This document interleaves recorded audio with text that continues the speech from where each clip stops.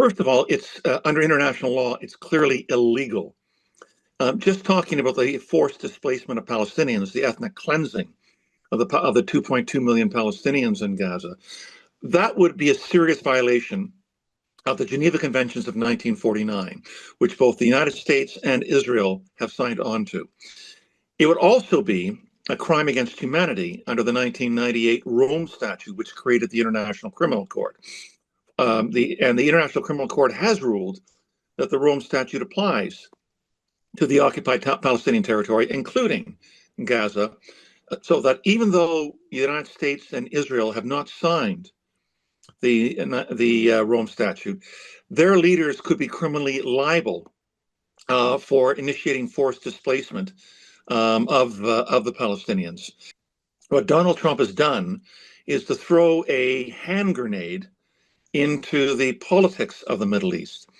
No Arab or Muslim leader in the region or in the world could ever support the forced displacement of Palestinians.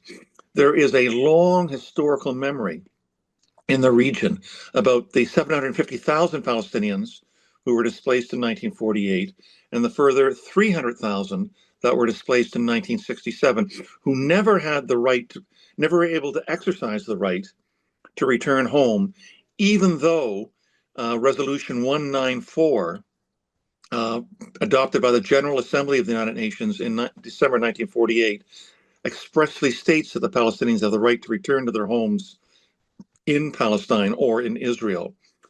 Resolution 194 is the most reaffirmed resolution in the history of the United Nations General Assembly. It was reaffirmed, in fact, 3 times by resolutions in December 2024. It is shocking at a number of levels.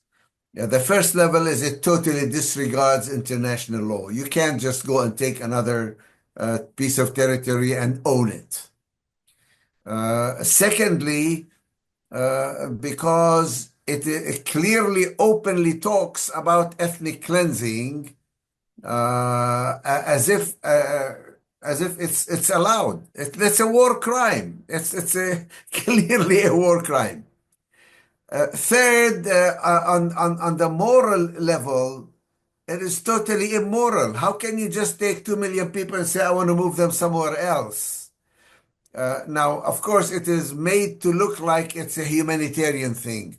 Gaza is an awful place. We want to take them to a nicer place. We will build them a nice place. But the fact is totally taken out of context. He is saying it in the presence of Netanyahu, who is smirking because he's the one who destroyed